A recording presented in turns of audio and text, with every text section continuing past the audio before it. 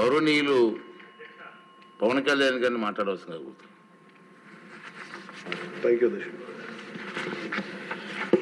గౌరవ ముఖ్యమంత్రి గారు ఈ లా అండ్ ఆర్డర్గా గంజాయి మీద ఈ శ్వేతపత్రం చాలా కాంప్రహెన్సివ్గా చాలా హోలిస్టిక్గా ఉంది సార్.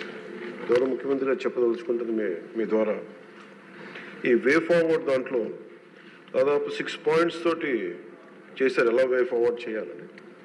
సో ప్రత్యేకించి లా అండ్ ఆర్డర్ మీద ఇంకొంచెం లోతుగా ఇంకొక సెషన్ జరగాలి అని చెప్పి మీ తరపున ముఖ్యమంత్రి గారికి అభ్యర్థిస్తున్నాను. ఈరోజేమో మోర్ ఆఫ్ పార్టీ పరంగా ఏమేం జరిగాయని చర్చించాం. ఆ రోజున భవిష్యత్తు ప్రణాళిక ఎలా ఉండాలి, చట్టం అంటే భయం వచ్చేలా ఉండాలి, వీటన్నిటి మీద అందరి గౌరవ సభ్యులు అందరి అభిప్రాయాలు తీసుకునేలా దీనికి ఒక విస్తృతమైన చర్చ జరగాలి.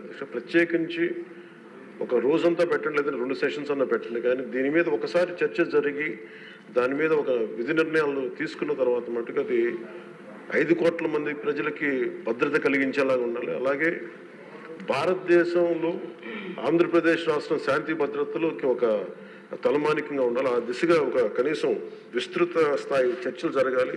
అలాంటి దానికి మీరు ఇనిషియేట్ చేయాలని చెప్పి మీ తరఫున ముఖ్యమంత్రి గారిని కోరుకున్నాను.